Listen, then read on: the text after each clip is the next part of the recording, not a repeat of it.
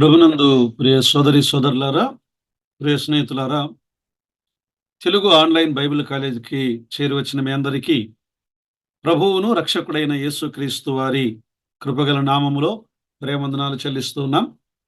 సంఖ్యాకాండం 19వ అధ్యాయాన్ని మనము ధ్యానము చేద్దాం. సంఖ్యాకాండం 19వ అధ్యాయం. యెహోవా మోషే అహరోనులకు ఇలాగు సెలవిచ్చెను. యెహోవా ఆజ్ఞాపించిన ధర్మశాస్త్ర విధి ఏదనగా, ఇశ్రాయేలీయులు కలంకము లేనిదియు మచ్చ లేనిదియు ఎప్పుడునూ కాడి మోయనిదియునైన ఎర్రని పెయ్యను నీ యొద్దకు తీసుకుని రావాలనని వారితో చెప్పుము. ప్రియులారా, ఈ సంఖ్యాకాండం 19వ అధ్యాయానికి మనం ఒక పేరు పెట్టుకుంటే ఎర్రని పెయ్య మరియు పాప పరిహార జలము. ఎర్రని పెయ్య మరియు పాప పరిహార జలం. సో ఈ అధ్యాయం 22 వచనాలున్న అధ్యాయం. ఈ అధ్యాయాన్ని 2 భాగాలుగా విభజన చేద్దాం. 1 నుండి 10వ వచనం వరకు సిద్ధము చేయబడిన పాప పరిహార జలము. సిద్ధము చేయబడిన పాప పరిహార జలం. 12 నుండి 22 వరకు శుద్ధి చేయు పాప పరిహార జలం. సిద్ధము చేయబడింది, అది శుద్ధి చేయబడే పాప పరిహార జలం. ప్రియులారా, ఈ ఎర్రని పెయ్య మనము గమనిస్తుండగా ఒక ప్రత్యేకమైన సందర్భాలలో ఈ ఎర్రని పెయ్య, అంటే కోడె దూడె కాదు, పెయ్య, ఆడ ఆవు ఎర్రనిది, దానిని బలి ఇవ్వమని దేవుడు ఇశ్రాయేలీయులకు అనుగ్రహించినటువంటి ఒక ప్రత్యేకమైనటువంటి సూచన. ప్రియులారా, ఈ మొదటి 10 వచనాలను మనం ఆలోచన చేద్దాం. ముందుగా అందులో కొన్ని విభజనలు మనం చూద్దాం. మొదటి 10 వచనాలు సిద్ధము చేయబడిన పాప పరిహార జలం. అంటే శుద్ధి కొరకు ఒక ఎర్రని పెయ్యను బలిగా అర్పించాలి, దానిని కాల్చివేయాలి, ఆ బూడిదను భద్రము చేయాలి అని దేవుడు ఆయన సెలవిచ్చాడు. సో ఇందులో ఈ 10 వచనాల్లో మొదటి 2 వచనాలు ఎర్రని పెయ్యను తీసుకొనుట. ఎర్రని పెయ్యను తీసుకొనుట. చూడండి, 2వ వచనం మనం చదువుకున్నాం కదా. ఇశ్రాయేలీయులు కలంకము లేనిదియు మచ్చ లేనిదియు ఎప్పుడునూ కాడి మోయనిదియు మచ్చలేని కాడి మోయనిదియునైన ఎర్రని పెయ్యను నీ యొద్దకు తీసుకుని రావలెను అన్నాడు కదా. పాత నిబంధనలో మనం ముందుగానే చెప్పుకున్నాం, ఇది ఒక ప్రత్యేకమైన ఒక విభిన్నమైనటువంటి బలిని మనకు పరిచయం చేస్తూ ఉన్నది కదా. అక్కడ దహన బలి, సమాధాన బలి, పాప పరిహారార్థ బలి, అపరాధ పరిహారార్థ బలి ఇవన్నీ ఉన్నాయి. కానీ ఈ బలి ఒక ప్రత్యేకమైనటువంటిది కదా. ఎర్రని పెయ్య అంటే ఇది ఎప్పుడు గర్భము దాల్చనిది, ఏ కాడి మోయనిది, పాలు ఇవ్వనిది. ప్రత్యేకంగా చెప్పాలంటే కేవలం ఒక చిన్న ఆవు దూడ, అది కూడా ఏ మచ్చ కలంకము లేనిదిగా అది ఉండాలి అని మనం గమనిస్తున్నాం కదా. ఈ కలంకము లేనిది, లోపము లేనిది అని మనం ఆలోచన చేస్తున్నప్పుడు ప్రియులైన ఈ బలులన్నీ కూడా యేసుక్రీస్తు ప్రభువులో అవి నెరవేరినట్లుగా దైవ గ్రంథములో మనం చూడగలం. హెబ్రీయులకు రాసిన పత్రిక 8వ అధ్యాయం 4-5 వచనాలను మనం చదువుకుంటే, ధర్మశాస్త్ర ప్రకారము అర్పణలు అర్పించువారున్నారు గనుక ఈయన భూమి మీద ఉన్న ఎడల యాజకుడై ఉండడు. మోషే గుడారము అమర్చబోయినప్పుడు కొండ మీద నీకు చూపబడిన మాదిరి చొప్పున అది ఏం చేయాలి? ఈ బలులను అర్పించాలి. ఇవన్నీ పరలోకపు వస్తువుల ఛాయారూపకము అన్నాడు. పరలోకపు వస్తువుల ఛాయారూపకము అంటే ఇవన్నీ ఒక నీడ. ఎప్పుడైతే నీడను మనము చూస్తూ ఉన్నామో, నీడని, కానీ నిజ స్వరూపము వచ్చినప్పుడు నీడను మనము లెక్క చేయం, నీడను మనం ఎన్నిక చేయం. కొలస్సీలకు రాసిన పత్రిక 2వ అధ్యాయం 16-17 వచనాలు ఇలా పౌలు అన్నాడు, కాబట్టి అన్నపానముల విషయములోనైనను పండుగ, అమావాస్య, విశ్రాంతి దినము అను వాటి విషయములోనైనను మీకు తీర్పు తీర్చ ఎవనికిని అవకాశం ఇవ్వకుడి. ఇవి రాబోవు వాటి ఛాయయే, రాబో వాటి నీడయే. నిజ స్వరూపము క్రీస్తులో ఉన్నది. కనుక ఇందులో మనము యేసుక్రీస్తు ప్రభువు వారిని మనము చూడాలి కదా. ఎర్రని పెయ్య అని చెప్పబడినది. ఎర్రని పెయ్య. 2వ వచనములో ఇది కలంకము లేనిది, కలంకము లేనిది కదా. యాజకుడు దీన్ని గమనించాలి. యాజకుని యొద్దకు దీనిని తీసుకురావాలి. కలంకము లేనిదిగా ఇది ఉండాలి. యేసుక్రీస్తు ప్రభువారు మన పాపముల కొరకై ఆయన బలి అర్పించబడిన వాడు. పేతురు రాసిన మొదటి పత్రిక 1వ అధ్యాయం 18, 19 వచనాలు మనం గమనించినప్పుడు 19వ వచనంలో ఏమన్నాడు? అమూల్యమైన రక్తము చేత అనగా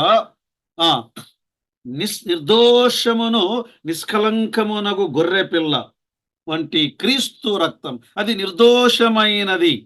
మన పాపముల నిమిత్తమై బలి అర్పించబడినటువంటి యేసుక్రీస్తు ప్రభువారు ఏ లోపము లేనివాడుగా ఆయన ఉన్నాడు. యాజకుని యొద్దకు ఆ పెయ్యను తీసుకుని రావాలి. ఆ యాజకుడు ఆ పెయ్యను చూడాలి. ఏ కలంకము లేనిదిగా జాగ్రత్తగా దాన్ని పరిశీలించాలి.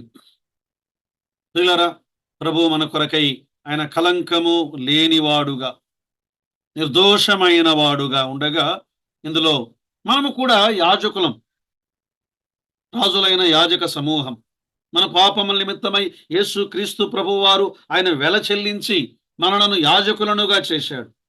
మరి ఈనాడు మన నుండి ప్రభువు కోరుకున్నది ఏమిటి అంటే, కలంకము లేనివారముగా మనము ఉండాలి అని ప్రభువు కోరుతున్నాడు. కలంకము లేనివారం కదా. ఎర్రని పెయ్య, ఇది ఎర్రనిది అనే మాట మనం ఆలోచన చేద్దాం. చూడండి, సంఖ్యాకాండం 19వ అధ్యాయం 3వ వచనానికి మనం వద్దాం. 3వ వచనము నుండి 10వ వచనం వరకు ఈ ఎర్రని పెయ్యను దహించాలి. ఆ తర్వాత ఆ బూడిదను సేకరించాలి. బూడిదను ఎత్తి ఒక చోట భద్రముగా ఉంచాలి అని 3 నుండి 10 వచనాల్లో మనం గమనిస్తున్నాం. 3వ వచనం చూడండి. మరియు యాజకుడైన ఎలియాజరుకు దానిని అప్పగింపవలెను. ఒకడు పాళ్యము వెలుపల దాని తోలుకొని పోయి అతని ఎదుట దానిని వధింపవలెను. యాజకుడైన ఎలియాజర్, ప్రధాన యాజకుడు అహరోను, కానీ ఇక్కడ యాజకుడు ఎలియాజర్. యాజకుని దగ్గరకు ఆ పెయ్యను తీసుకుని రాగా, ఈ యాజకుడు కాకుండా మరొక వ్యక్తి ఈ పెయ్యను ఈ పట్టణము వెలుపలికి తీసుకొని వెళ్ళాలి. ఈ యాజకుడు చూస్తూ ఉండగా యాజకుని యొక్క సన్నిధిలోనే ఈ పెయ్యను అతడు వధించాలి అని మనం గమనిస్తున్నాం కదా. శిబిరము వెలుపల, గవిని వెలుపల దీనిని వధించాలి. పాళ్యము వెలుపల దీనిని వధించాలి. అది మాటలు వింటూ ఉండగా కల్వరి కొండపైన యెరూషలేము గవిని వెలుపట బలి అయినటువంటి యేసుక్రీస్తు ప్రభువారిని మనము చూడగలం. హెబ్రీ పత్రిక 13వ అధ్యాయం 11 నుండి 13 వచనాలు మనం గమనిస్తూ ఉండగా కదా, ఆ ఎర్రని పెయ్య యెరూషలేము ద్వారము వెలుపల ఆ కొండపై బలి ఇవ్వబడినదని ఆనాడు యూదులు వారు చెబుతూ ఉన్నారు కదా. యెరూషలేమునకు ఆ ఉత్తరము వైపున, ఉత్తర దిక్కున ఆ యొక్క గొలగతా కొండ, కల్వరి కొండ పైన యేసుక్రీస్తు ప్రభువారు ఆయన బలి అయ్యాడు. హెబ్రీ పత్రిక 13వ అధ్యాయం 11 నుండి వేటి రక్తము పాప పరిహారార్థముగా పరిశుద్ధ స్థలములోనికి ప్రధాన యాజకుని చేత తేబడును. ఆ జంతువుల కళేబరములు శిబిరమునకు వెలుపల దహించబడును. కావున యేసు కూడా తన స్వరక్తము చేత ప్రజలను పరిశుద్ధ పరచుటకై గవిని వెలుపట శ్రమ పొందాను. చూశారా ప్రియులారా, మన ప్రభువులో ఇవి ఎంత చక్కగా అవి నెరవేరుతున్నాయో మనము గమనించగలం. మాత్రమే కాదు, ఈ భాగంలో అది ఎర్రని పెయ్య. ఈ యాజకుడు ఈ ఎర్రని పెయ్యను చంపలేదు, గాని వేరొక వ్యక్తి ఈ ఎర్రని పెయ్యను, ఒక సామాన్యుడు దానిని చంపినట్లుగా మనం చూడగలం. ఒక సామాన్యుడు ప్రియులారా, యూదులు మాకిక నిమిత్తము లేదు అన్నట్లుగా వారు వెళ్ళిపోయారు. ప్రధాన యాజకుడు దీనికి నాకు సంబంధము లేదన్నట్లుగా వెళ్ళిపోయాడు. అప్పగించిన ఇస్కరియోతు యూదా నాకు ఈ నీతిమంతునితో నాకు నిమిత్తము లేదన్నట్లుగా ఆ 30 వెండి రూకలు దేవాలయములో పడవేసి వెళ్ళిపోయాడు. పిలాతు ఈ నీతిమంతుని రక్తముతో నాకు నిమిత్తము లేదన్నట్లుగా ఆ నీళ్లతో చేతులను కడుక్కున్నాడు. కానీ రోమా సైనికుల చేత ఆయన వధించబడ్డాడు. ఒక సామాన్యుడు ఈ పాప పరిహారార్థ బలిని, ఎర్రని పెయ్యను వధించాలి. రోమియోల చేతికి ఆయన అప్పగించబడ్డాడు కదా. ఈ బలి మిగతా బలి అన్నిటిలో కూడా ఒక ప్రత్యేకమైనదిగా మనం చూడగలం. ఒక నిర్దిష్టమైన రంగు చెప్పబడినది, ఎర్రని రంగు అన్నాడు. ఈ బలి ఆ మగ కోడె కాదు, కానీ ఆడ ఆవును బలిగా అర్పించాలి అని చెప్పబడినది. ఈ బలిని యాజకుడు వధించకూడదు, సామాన్యమైన ఒక వ్యక్తి వధించాలి. ఈ బలి శిబిరము వెలుపల దీనిని వధించాలి. ఈ బలిని ఈ దహన బలిలో ఆ యొక్క దహన బలి పశువు యొక్క ఆ భాగములు, ఏ భాగానికి ఆ భాగం విడివిడిగా కోయాలి. కానీ ఇది అలా కాదు. దీనిని వధించిన తరువాత ఈ పెయ్యను పెయ్యగా అలాగే కట్టెల మీద ఉంచి సంపూర్ణముగా దీనిని కాల్చాలి. వేరొక బలులను మనం గమనించినప్పుడు ఆ రక్తము బలిపీఠము మీద ప్రోక్షించాలి. కానీ ఈ పెయ్య, ఎర్రని పెయ్యను వధించినప్పుడు ఈ రక్తముతో సహా ఈ బలిని వరించేయాలి, దానిని దహించాలి. కానీ కొద్ది రక్తమును తీసుకొని ఆ గుడారము వైపున 7 మార్లు చిలకరించాలి అని ఈ బలిని గూర్చినటువంటి విధులను గమనిస్తూ ఉండగా పిల్లల గంభీరమైనటువంటి సత్యాలు ఇందులో ఉన్నాయి. మన పాపములు ఎర్రనివి, కెంపు వలె ఎర్రనివిగా ఉండగా ఎర్రని క్రీస్తు రక్తము చేత కడుగబడినట్లుగా చూడగలం. మాత్రమే కాదు, ఇది ఆవు దూడ అన్నాడు. అంటే ఒక సామాన్యమైన సంఖ్య వెల తక్కువగా ఉన్నది. సామాన్యుల కొరకు, సామంతుల కొరకు, సర్వ మానవాళి కొరకు వధించబడిన యేసుక్రీస్తు ప్రభువారి బలి. ఈ బలి సామాన్యుడు, రోమీయులు అతనిని సిలువకు వేశారు. ఈ బలి శిబిరము వెలుపట, యేసుక్రీస్తు ప్రభువారు యెరూషలేము వెలుపట ఆయన వధించబడ్డాడు. ఈ బలి ముక్కలు ముక్కలుగా చేయబడలేదు, ఆయన ఎముకలు ఒకటైనను విరువబడలేదు. యేసుక్రీస్తు ప్రభువారు ఈ బలి రక్తమంతటిని సర్వమానవాళి కొరకై ఆఖరి కడబొట్టు రక్తమును కూడా ఆయన దహించి వేయబడ్డాడు. నేడు ఆ రక్తము చేత సర్వమానవాళిని ఆయన శుద్ధి చేయుచూ ఉన్నాడు. ప్రియులారా, యేసుక్రీస్తు ప్రభువులో పరిపూర్ణముగా నెరవేరినటువంటి బలి ఇది. 4వ వచనం చూడండి. యాజకుడైన ఎలియాజరు దాని రక్తములోనిది కొంచెము వ్రేలితో తీసి ప్రత్యక్షపు గుడారము ఎదుట ఆ రక్తములో కొంచెము 7 మారులు దానిని ఇలా 7 మారులు వేలితో అన్నాడు. 7 మారులు ప్రోక్షించాలి. ఇది ప్రోక్షించబడినటువంటి రక్తముగా మనము చూడగలం. పాపాన్ని క్షమించటానికి కొన్ని రక్తపు చుక్కలు మాత్రమే అవసరం. పాపాన్ని క్షమించటానికి ఈనాడు మానవునికి దేవునికి మధ్య ఒక అడ్డు గోడను మనము గమనిస్తున్నాం. యెషయా గ్రంథం 59వ అధ్యాయం 2వ వచనములో మీ దోషములు మీకును మీ దేవునికిని అడ్డముగా వచ్చెను, మీ పాపములు ఆయన ముఖమును మరుగుపరచెను. మానవుడికి ఈ పాపములు, దోషములు అడ్డుగా ఉండగా, ద్వారమేమీ లేనిదిగా ఉండగా యేసుక్రీస్తు ప్రభువారు ఆయనే ద్వారమయ్యాడు. ఆయన రక్తము ద్వారా, ఆయన రక్తము ప్రోక్షించుట ద్వారా కదా, ఆ ఎర్రని ఆ రక్తపు చుక్కలు ఆయన మరణము ద్వారా కదా, ఆ రక్తపు చుక్కల ద్వారా మనకు పాప క్షమాపణ కలిగినట్లుగా దైవ గ్రంథములో చూడగలం. మత్తయి సువార్త 27వ అధ్యాయములో యేసుక్రీస్తు ప్రభువారు ఆయన సిలువలో వేలాడుతూ ఉండగా 51వ వచనములో చూడండి ఏమని రాయబడి ఉంది. ఆయన అప్పుడు దేవాలయపు తెర పైనుండి క్రిందికి చినిగెను. ద్వారమే లేనప్పుడు యేసుక్రీస్తు ప్రభువారు మనందరి నిమిత్తమై ఆయన తెరవబడిన ద్వారమయ్యాడు. ఎబ్రీ పత్రిక 10వ అధ్యాయం 19:22 నుండి 19వ వచనం నుండి 22వ వచనం వరకు మనం గమనిస్తే, సహోదరులారా, మన యేసు మన కొరకు ప్రతిష్ఠించిన మార్గము అనగా నూతనమైన మార్గము, జీవము గల మార్గము, ఆయన శరీరమును తెర ద్వారా ఏర్పరచబడిన మార్గము, ఆయన రక్తము వలన పరిశుద్ధ స్థలములో ప్రవేశించుటకు మనకు ధైర్యము కలిగినది. యేసుక్రీస్తు ప్రభువారు అతి పరిశుద్ధమైన స్థలములో మనము ప్రవేశించటానికి ఆయన ద్వారమును తెరిచాడు కదా. ఆయన మరణించినప్పుడు ఆయన రక్తపు ఆఖరి కడబొట్టు కూడా చిందించబడినట్లుగా మనము చూడగలం. యేసుక్రీస్తు ప్రభువారు ఆయన శిలువలో వేలాడుతూ ఉండగా కదా, అప్పటికి ఇద్దరు సైనికులు ఇంకా బ్రతికే ఉన్నారు. వాళ్ళ కాళ్ళను విరగొట్టారు.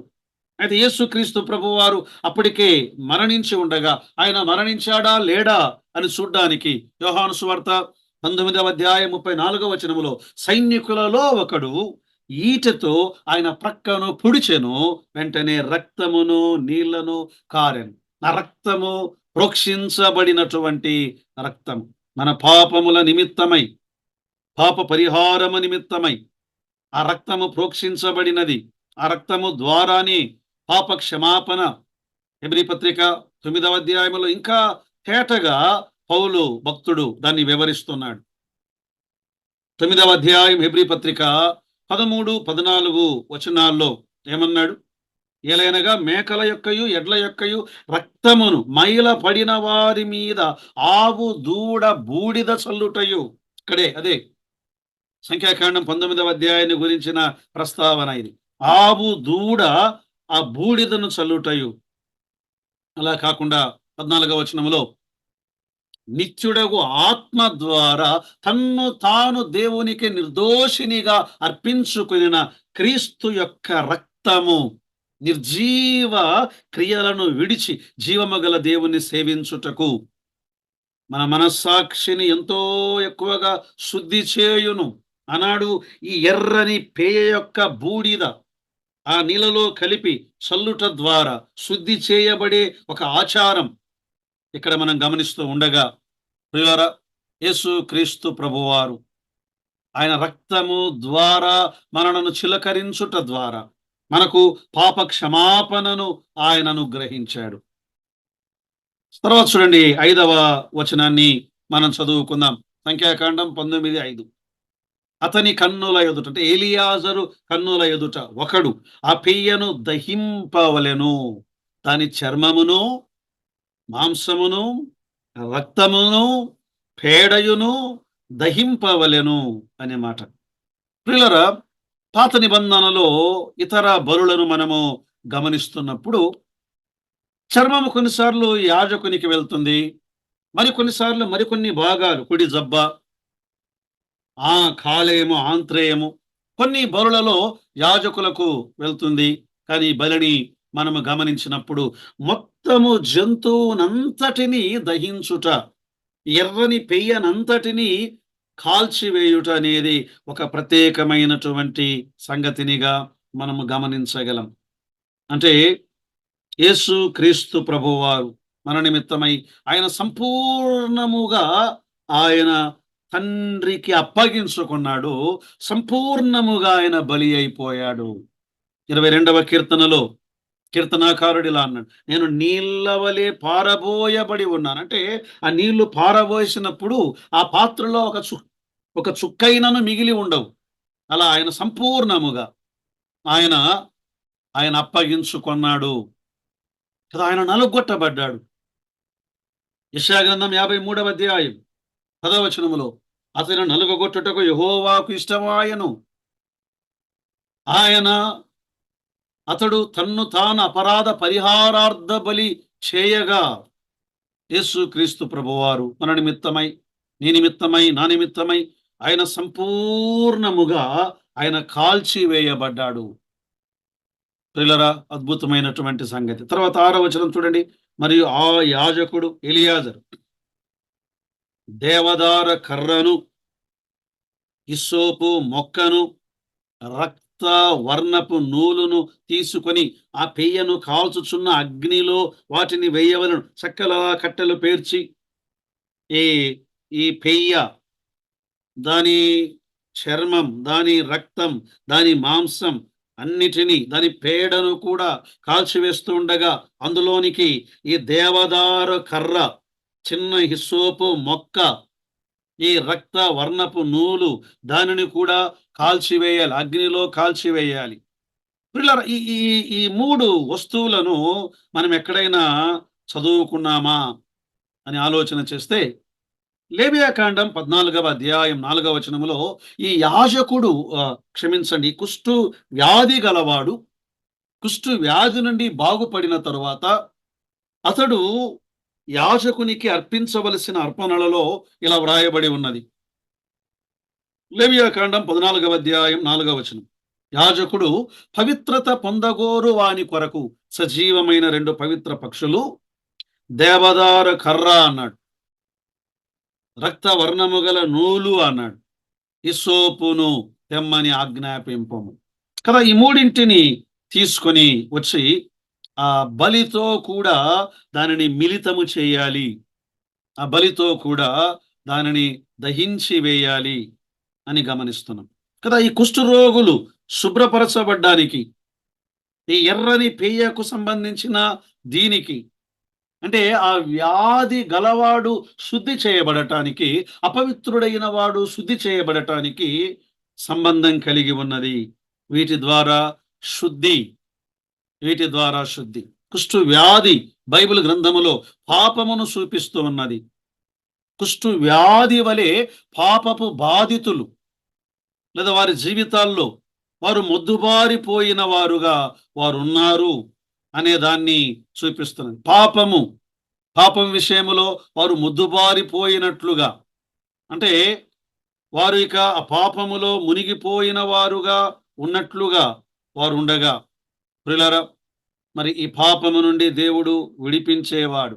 తిమోతికి రాసిన మొదటి పత్రిక 4వ అధ్యాయం 2వ వచనములో ఇలా వ్రాయబడి ఉన్నది. 1 నుండి 2 వచనాలు ఏమని రాయబడి ఉన్నది? అయితే కడవరి దినములలో కొందరు అబద్ధికుల వేషధారణ వలన మోసపరచు దయ్యముల యందును ఆత్మల యందును దయ్యముల బోధ యందును లక్ష్యముంచి విశ్వాస భ్రష్టులగుదరని ఆత్మ తేటగా చెప్పుచున్నాడు. ఆ అబద్ధికులు వాత వేయబడిన మనసాక్షి గలవారై కదా. ఈ కుష్టు వ్యాధి ఒక వ్యక్తి చర్మములో ఉన్నప్పుడు ఆ చర్మము ముద్దుబారిపోతూ ఉంది.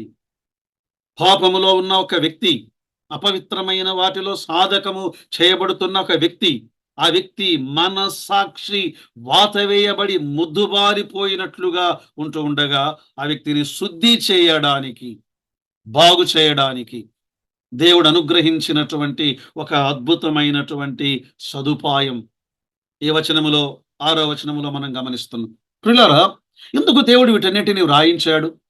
ఆనాడు ఇశ్రాయేలు ప్రజలు ఒకవేళ అపవిత్రులైతే వారికి అపవిత్రులుగానే వారిని నెట్టివేయడం కాదు, నిజమే, వారి అపవిత్రత పోయేంత వరకు వారిని పాలెము వెలుపల ఉంచాలి. కానీ అపవిత్రత పోయిన తరువాత శుద్ధి జలము చేత వారిని శుద్ధీకరించాలి అని దేవుడు తన గ్రంథములో ఆయన ప్రేమ, ఆయన కృప, ఆయన కనికరం మన వంటి కాఠిన్యము గలవాడు కాదు.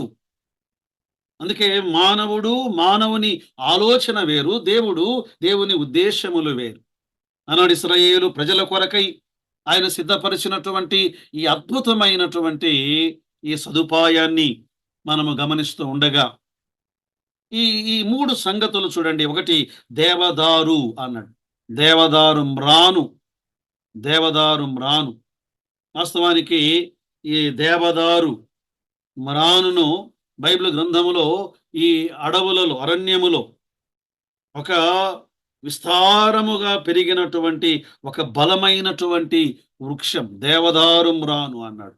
దేవదారు మ్రాను అంటే ఈ దేవదారు చెక్క, దేవదారు కర్ర ఈ అగ్నిలో కాల్చాలి అంటే ఇది ఒక బలమైనటువంటి ఒక వృక్షము, ఎత్తైనటువంటి ఒక వృక్షము, స్తంభములుగా చేయుటకు ఉపయోగపడినటువంటి ఒక వృక్షము. సొలొమోను ఆనాడు తన కొరకు ఒక గృహమును నిర్మించుకుంటూ ఉండగా, అలాగే దేవుని కొరకైనటువంటి మందిరమును ఆయన సిద్ధపరుస్తూ ఉండగా, ఈ దేవదారు కర్రలు విశేషముగా వాడబడినట్లుగా దైవ గ్రంథములో మనము చూడగలం.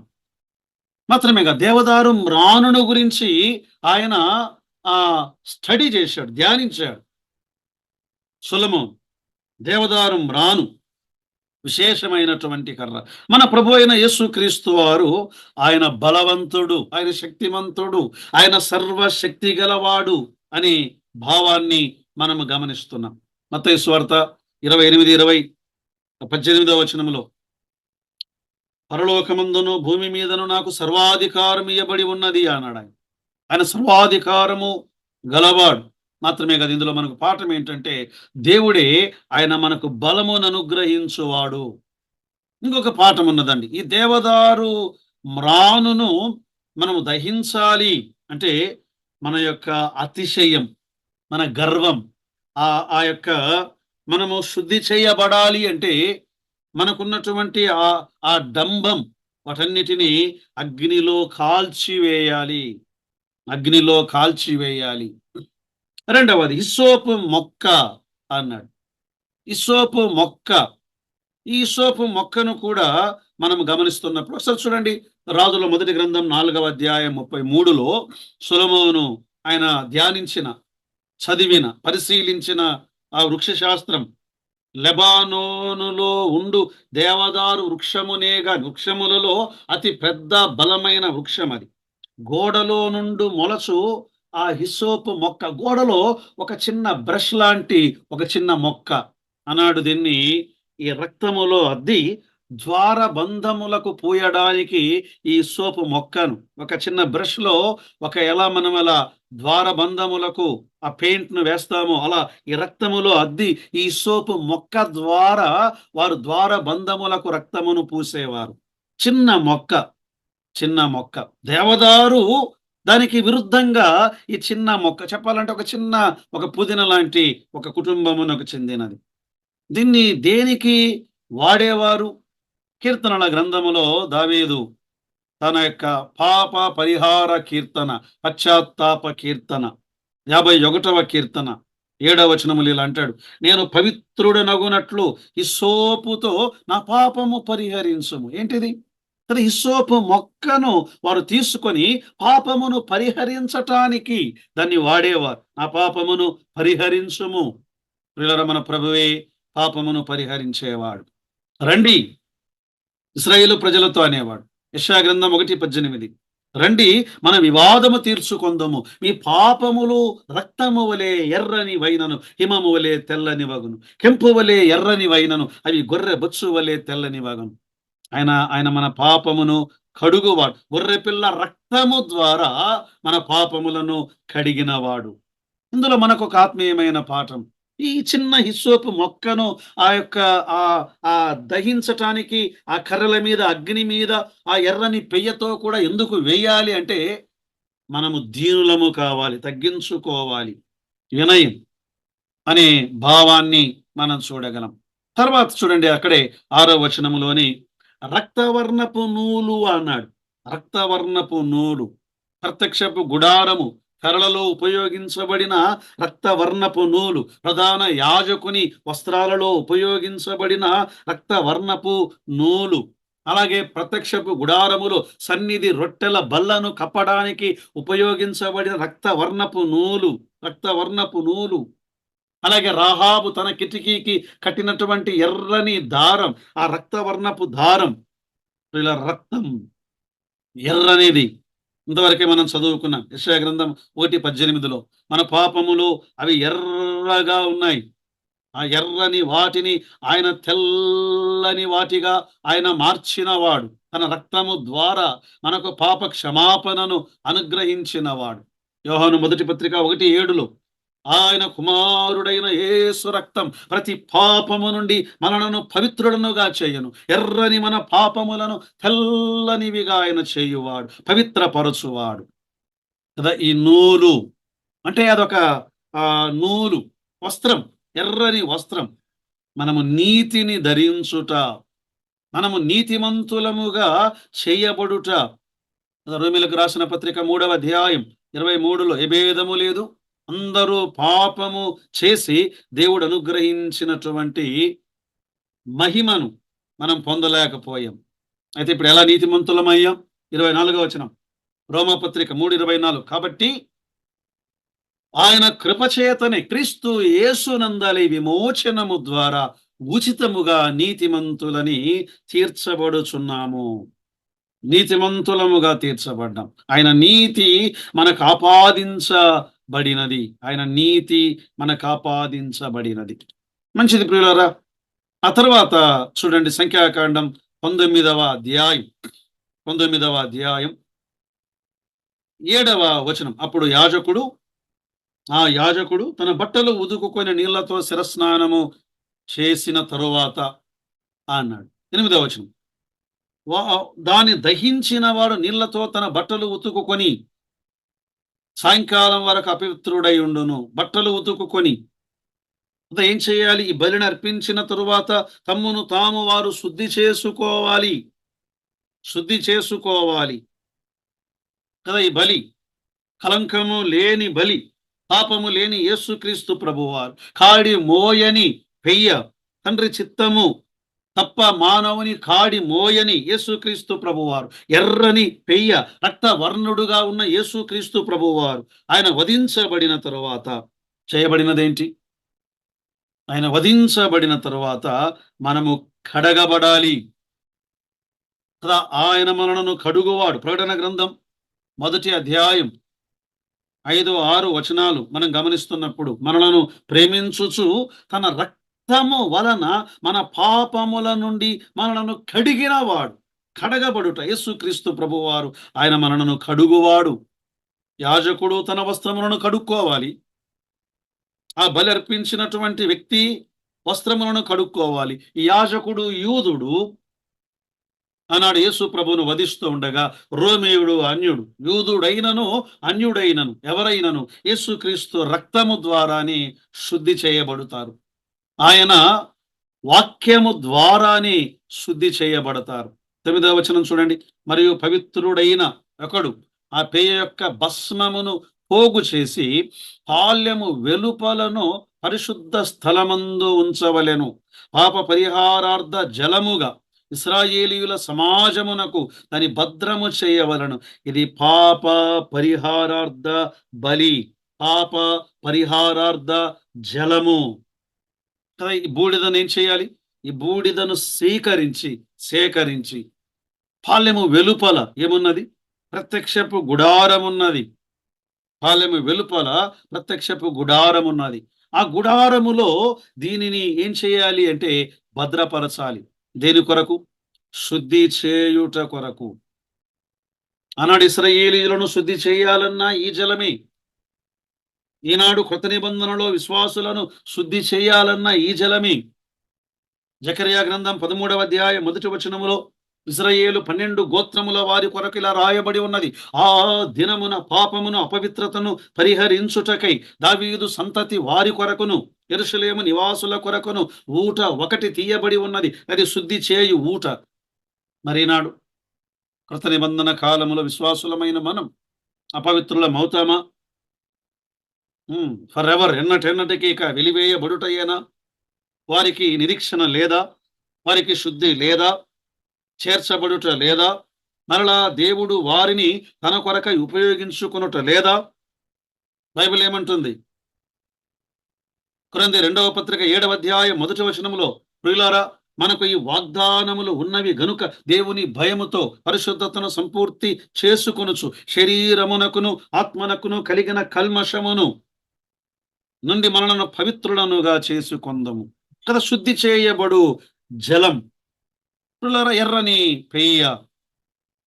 ఈ అద్భుతమైనటువంటిది ఎర్రని పెయ్య, ఎరుపు. యేసుక్రీస్తు తన రక్తము చేత మనలను కప్పువాడు, కడుగువాడు. ఎర్రని పెయ్యవలి యేసుక్రీస్తు ప్రభువారు. ఆయన పవిత్రుడు, మచ్చ లేనివాడు, ఏ పాపము లేనివాడు. యేసుక్రీస్తు ప్రభువారు కాడి మోయనివాడు. పాపమని కాడి క్రిందికి ఆయన ఎన్నడూ లేనివాడు. ఆయన శిబిరము వెలుపల వధించబడినటువంటి ఆ యొక్క బలిగా అర్పించబడినటువంటి మన ప్రభువును మనము గమనిస్తున్నాం. శుద్ధి చేయబడు విధానం 10వ వచనములో చూడండి. ఆ పేయ యొక్క భస్మమును పోగు చేసిన వాడు తన బట్టలు ఉతుకుకొని సాయంకాలము వరకు కదా ఏం చేయాలి? అతడు వెలుపల ఉండవలెను. వెలుపల ఉండవలెను. క్రీస్తు ప్రభువు ద్వారాని ఈ వ్యక్తికి శుద్ధి, ఆయన ద్వారాని కడగబడాలి. కడుగుకొనుట, వాక్యము ద్వారా కడుగుకొనుట. యెషయా గ్రంథం 1వ అధ్యాయం 16వ వచనములో యూదులతో దేవుడు మాట్లాడుతూ మిమ్మును మీరు కడుగుకొనుడి అన్నాడు. 51వ కీర్తన 1-7 వచనాల్లో దేవా నువ్వు నన్ను కడుగుము అన్నాడు. నువ్వు నన్ను కడుగుము. ఎఫెసీ పత్రిక 5వ అధ్యాయం 25-26 వచనాల్లో వాక్యమును ఉదక స్నానము చేత తన సంఘమును, తన భార్యను ఆయన పవిత్రపరచువాడు, శుద్ధి చేయువాడు.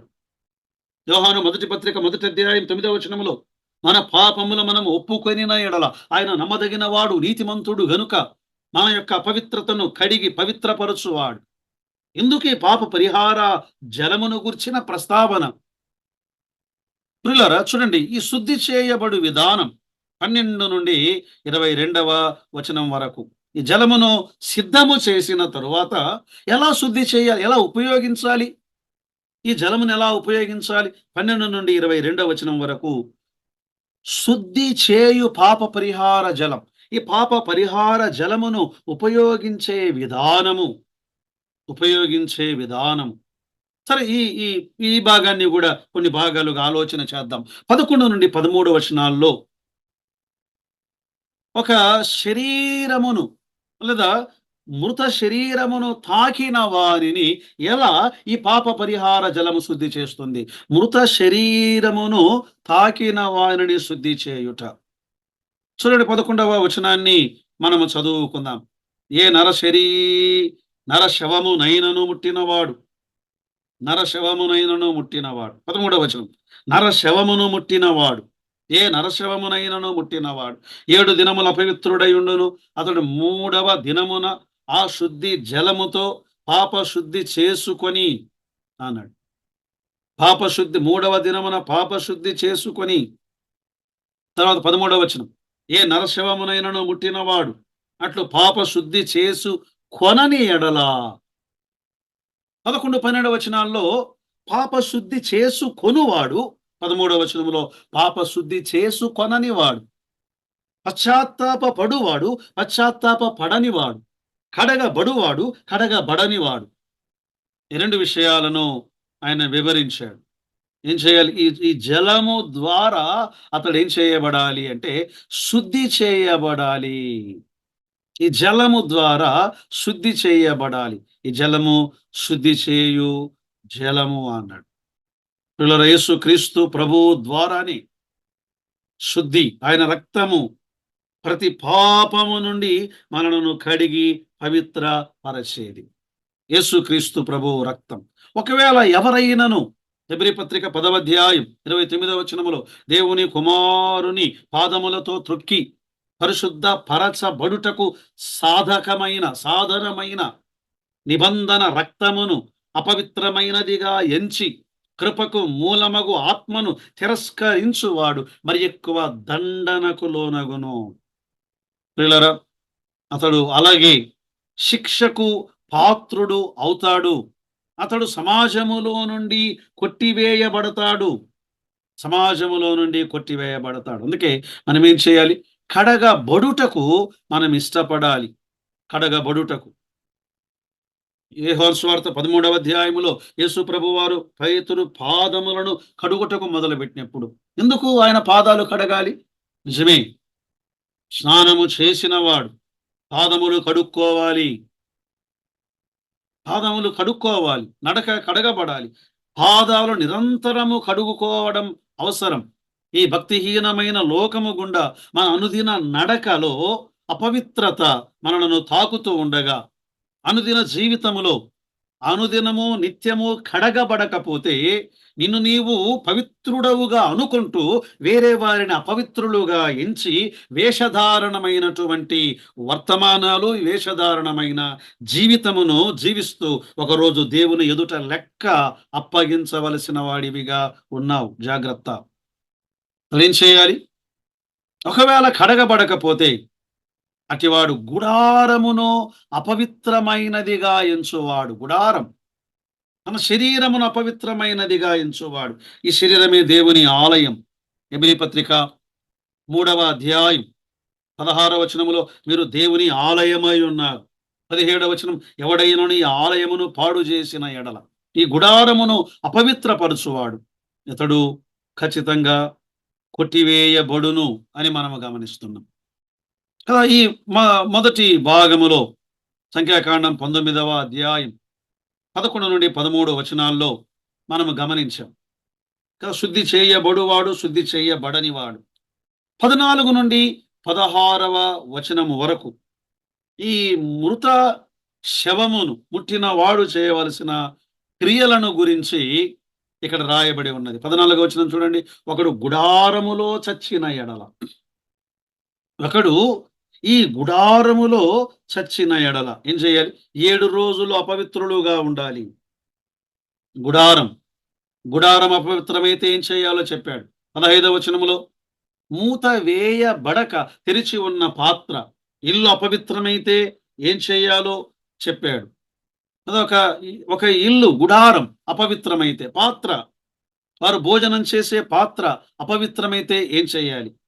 16వ వచనం పొలములో ఒకడు మరణించిన ఎడల, పొలములో అపవిత్రమైన వాడు, ఇలా అపవిత్రమైన స్థలాలు, గుడారములో అపవిత్రమైనచో దాని పరిహారం ఎలా?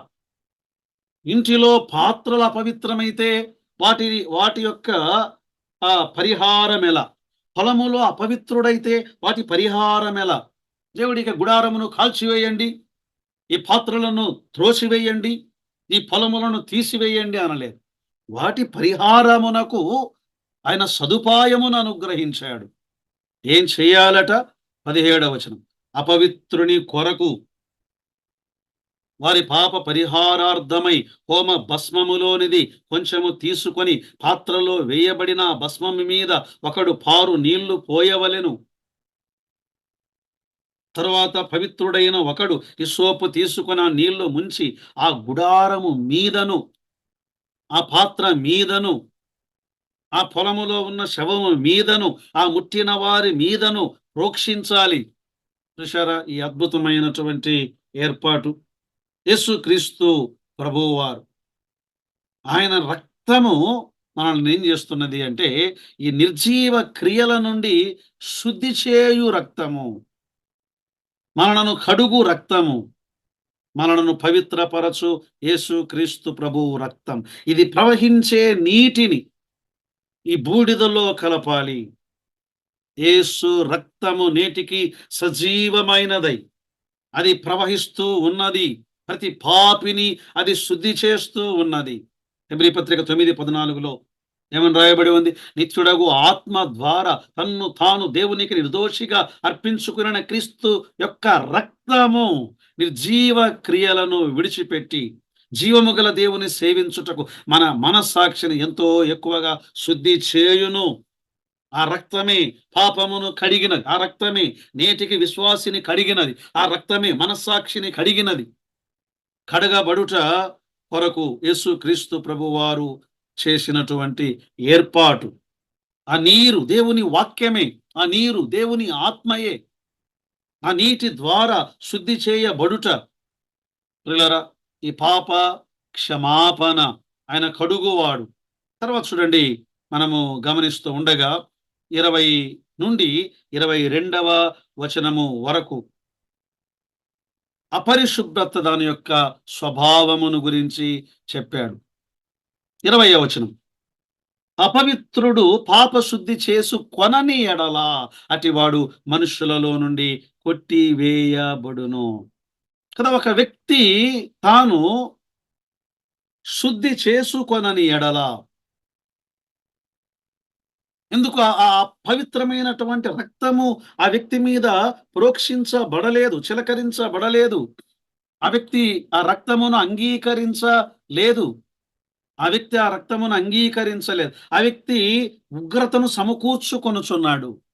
రోమాపత్రిక 2వ అధ్యాయం 4వ వచనములో దేవుని అనుగ్రహం మారు మనస్సు పొందుటకు నిన్ను ప్రేరేపించుచున్నదని ఎరుగక, ఇదిగో ఈ యేసు క్రీస్తు ప్రభువారి రక్తం, పాప పరిహార బలి, పాప పరిహారార్థ జలము నిన్ను మారు మనస్సు పొందుటకు, కడుగుటకు ఆయన ప్రేరేపించుచున్నదని ఎరుగక, దేవుని అనుగ్రహమును, సహనమును, దీర్ఘశాంతమును తృణీకరించుదువా? నీ కాఠిన్యమును మారు మనస్సు పొందని నీ హృదయమును అనుసరించి ఉగ్రత దినమందు అనగా దేవుని న్యాయమైన తీర్పు కొరకు, ఆ ఉగ్రత కొరకు నిన్ను నీవే సమకూర్చుకొనుచున్నావు. ఎవరైతే ఈ జలములను తృణీకరించారో వారికిక శుద్ధి లేదు. 21వ వచనం. వారికి నిత్యమైన కట్టడ ఏదనగా పాప పరిహారార్థ జలము ప్రోక్షించువాడు. ఇక్కడ ప్రోక్షించబడేవాడిక్కడున్నాడు. ప్రోక్షించేవాడు మరొకడున్నాడు. అదే ప్రోక్షించేవాడు ఏం చేయాలి? తన్ను తాను కడుగుకోవాలి. దాని ముట్టు మనుషులందరూ సాయంకాలం వరకు అపవిత్రులయుందురు. ప్రియులారా, యేసు క్రీస్తు ప్రభువారు ఆయన రక్తమును ఆయన చిలకరించువాడు. సర్వ మానవాళి కొరకు సిద్ధముగా ఉన్న ప్రోక్షణ రక్తం, పాప పరిహార జలం. ఆయన సర్వమానవాళిని ప్రేమిస్తున్నాడు. సర్వమానవాళిని ఆయన చిలకరిస్తూ ఉన్నాడు. యెషయా గ్రంథం 52వ అధ్యాయం 15వ వచనములో అతడు అనేక జనములను చిలకరించును. దేవుడు లోకమును ఎంతో ప్రేమించెను.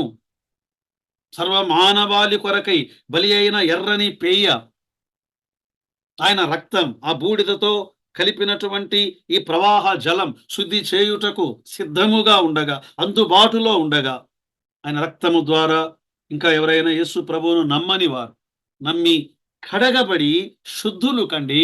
అయితే శుద్ధులైన వారు నరశవమును ముట్టారా? అపవిత్రమైన దానిని తాకారా? అయితే మీ కొరకు కూడా ఇదిగో ఈ వాక్యమనే ప్రవాహ జలము సిద్ధముగా ఉండగా, ఆత్మ అనే ప్రవాహ జలము, ఈ శుద్ధి చేయబడు పాప పరిహార జలము నేటికి సిద్ధముగా ఉండగా, యేసు క్రీస్తు రక్తము సిద్ధముగా ఉండగా, రండి కడగబడి పాల్యములో చేర్చబడి ప్రభువుతో సాగి వెళ్ళుటకు పరిశుద్ధాత్మ దేవుడు చేరి వచ్చిన మనకు కృపను సహాయమును ఆయన దయచేయునుగాక. ఆమేన్.